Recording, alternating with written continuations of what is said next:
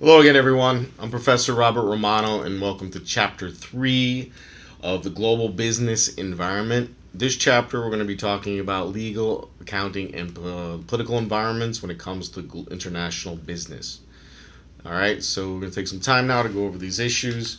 There are different legal environments and legal systems throughout the world. So what we're going to talk about is the rule of law and how it applies in different areas of the law of the world, the role of lawyers within these systems, the burden of proof, how do you establish your case, in other words, and the right of judicial review. Okay, so those are the topics we're going to talk about, and of course law in general. All right, the laws in general.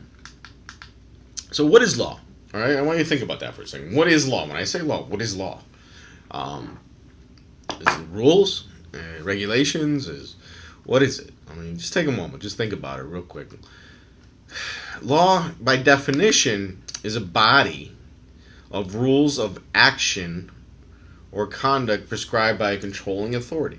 All right, controlling authority meaning a government that have binding legal force. All right, they have to have binding legal force. There has to be something to back it up. And laws must be obeyed and followed by the citizens. If they don't, they will be subject to sanctions or other various legal consequences. All right, so law is basically it's a body of rules of action to telling you to do something, or conduct telling you can or cannot do something, prescribed by the controlling authority, government, that must be obeyed and followed by the citizens. If not, they have binding legal force, and therefore the citizen who violates that law could be subject to sanctions or legal consequences. Now, why do we have laws? I mean, why? What's the reason for law? What is the function of law? Right? Think about that for a second. What are the functions of law? Why do we bother? I mean, as a society, why do we bother? I mean, we could just be lawless if we chose to. But a lot of times, laws are there to keep the peace. All right, to decide what we feel is criminal, to criminalize certain actions. Right, we want to keep the peace. We all want to live in peace. We don't want to, just walk out our door and get robbed, and that person who robs you has no consequences to their actions. So, laws to keep the peace shape our morals to a certain extent. All right, let's think about that in the context of drugs and alcohol. Right, laws we have in the books: you cannot drink until you're 21. Well, why not? Well, that shapes our morals, right? Certain drugs are outlawed, or certain drugs are told to be illegal.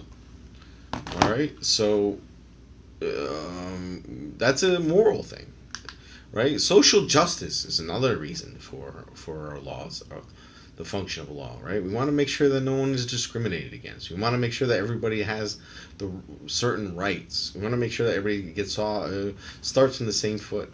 I mean, this is social justice. Everybody needs to be treated equally. We need to function of laws to keep the peace, keep the status quo, facilitate order, similar to keeping the peace. Facilitate order. Other functions of planning. All right, a lot of laws on the books have to deal with zoning issues. Here in Clayton, you can't build something over four stories unless you're WashU. Can't build. Why? Well, that's a law. Well, that's the facilitate planning. We gotta have so many houses, so much density, blah blah blah, so many lights. Laws are also put in place so we compromise with each other. So we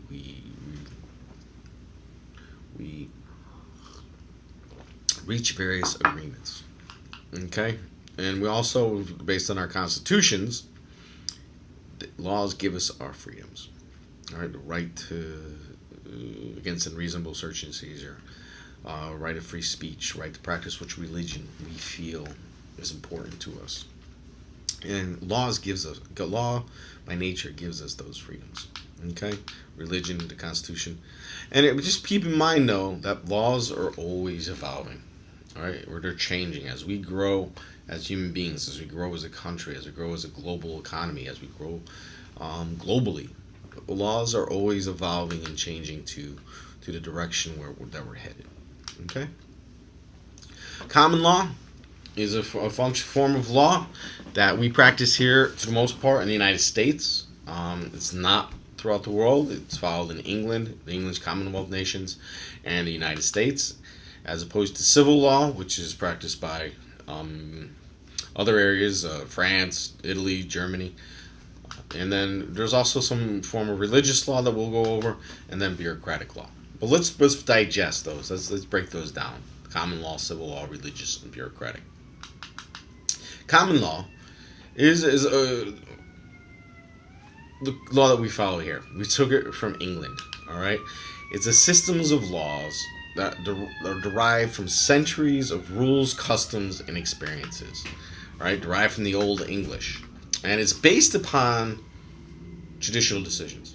All right, so a judge in a certain case will rule, and then future judges will look at those cases, those actual legal disputes, prior legal disputes, and say, okay, well, the judge ruled this way previously, I must rule that way too. All right, we have a certain set of facts, certain set of circumstances. Well, let me rule that way too. Makes sense? So, common law is derived from the Old English law, where centuries of rules, customs, and experiences and judicial decisions formed the law that we currently follow. This decisions of numerous courts over hundreds of years all combine into what we consider today to be the common law. Again, it's based upon this concept of precedent. All right, once a case has been decided, all future analysis by other courts, especially lower courts, must rely on those prior decisions. All right, so this concept of precedent. Once a case has been decided, especially by a higher court, all future analysis by lower courts must follow that decision, must do the same thing. As long as there's similar facts and similar circumstances, they must rule the same way. If it's the same court, it's a little bit too technical. All right, this isn't law. Common law is this practice of following previous case decisions is known as stare decisis, which means to stand by the decision. All right. The practice of courts in following case precedents or prior cases in rendering their opinions is known as stare decisis. All right, stand by the decision. Statutory laws are different. Okay, those are outside of the common law. Statutory laws are laws enacted by our legislative bodies. All right, so Congress, either the federal Congress or a state Congress, enact various laws. Right, it goes to the House, goes to the Senate. They decide to enact a law, it'll go to the president or the governor for their signature. All right, and those are laws. Those are statutory laws. Those are written, codified laws. All right, civil law, as opposed to common law, is the world's most commonly followed legal system. All right, throughout most of the world, they follow what is known as the civil law. All right, it started back in the Roman days, over 2,000 years ago. Got codified during Napoleon Bonaparte's reign, and today it's also can be referred to as the civil law following the Napoleonic Code. All right, but so basically everything is codified. As going to case decisions, no, they don't look at case decisions; they look at the code. Okay. Another difference between the common law and civil law is the role of the judges. All right, in the common law system, judges are neutral. All right, whereas in the civil law, they have a different role. All right, in common law, the judges act as a neutral referee, overseeing the cases by lawyers, and in the civil law, it's a little bit different. They don't act as much as a referee, but as an active player. Okay. Other thing we need to talk about real quick is religious law, because that comes into play a lot in the global business. All right, religious law are laws based on religions. Laws based on officially established rules governing the faith and practices of a particular region. All right, the country who follows a system is called theocracy. Just remember that. It's called a theocracy. Religious laws are based on the Quran. They're based on the Book of Islam. They're based on various other religious books that have been written and drafted over the years. But as a global business person, you need to be aware of these. All right. So when you go into a certain area of the world, you may want to familiarize yourself with the fact that different countries have different religious laws. All right. So just want you to be aware of it. You don't have to dive into it, but be aware of it. Understand it. Familiarize yourself with it, and know how to react. All right. Same thing with bureaucratic law. All right. Bureaucratic law can be mind-boggling. All right. There may be certain laws on the books in certain countries, but they really don't follow this. All right. The bureaucracy says you don't have to do 20 other things in order to get the result. All right. Just be aware as global business people. Bureaucratic laws are always changing. They're unpredictable. They are what they are. There's no appeal. You can't do anything about it. Just you need to follow them, pay whoever needs to be paid off, and move forward from there. Okay. All right. Just understand that bureaucratic law is risky and requires great scrutiny to be successful in the global business environment. Okay. All right. So just to be aware, the legal environment. All right. You need to understand when you have a company or you have a global business, how to run it domestically, how international competitiveness plays onto this, and if you're doing global business in various countries, you need to know how to operate and understand the laws of that country's borders. Okay? So laws are impactful within your country. Your domestic operation, you need to know how to establish your business, what laws you need to follow, what taxes you need to pay as part of the laws. But once you go outside of your own host country or your home country into foreign lands, you need to be aware of their laws, their practices, their procedures, whether it be civil law or common law. And also, if you're going into certain areas that have significant theocracies or bureaucratic input, you need to be aware of that too. Okay? There are certain laws that affect international business transactions that you also need to be aware of. Familiarize yourself with the book with various sanctions that are applied by different countries. For the longest time, the United States had various sanctions placed, and the UN had various sanctions placed on Iran. Those sanctions were lifted with concessions made by Iran with regards to nuclear weapons. We don't need to go into that. But sanctions, are they legal? I mean, can we influence a country's economy by imposing sanctions on them? Is it legal?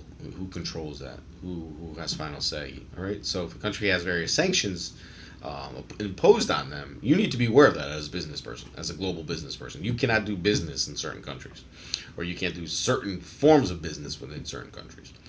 All right. Same thing with embargoes. We stop no trade with this country. All right, we will not be trading or importing or exporting goods. There's an embargo. We cannot ship goods or accept goods from certain countries. All right, so familiarize yourself with the export controls, extraterritoriality. I can speak one of these days. All right, nationalizations. I want you to just familiarize yourself with these concepts. Expropriations, confiscations, privatizations. They are all laws directed against foreign firms. Okay? Just, go through the book, familiarize yourself with them. If you have any questions or want more explanation, they're very detailed, not necessarily the detail you need to be a global business person, but you need to familiarize yourself with them. Okay? Now, since the laws are on the books, you need to also know how to resolve disputes. All right, every country does it differently. All right, and what law are you going to apply?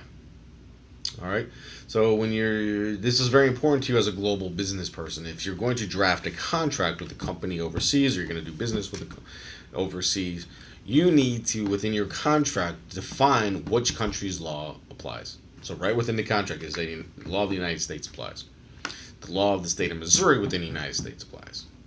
All right, and that all disputes will be handled within the country of Canada.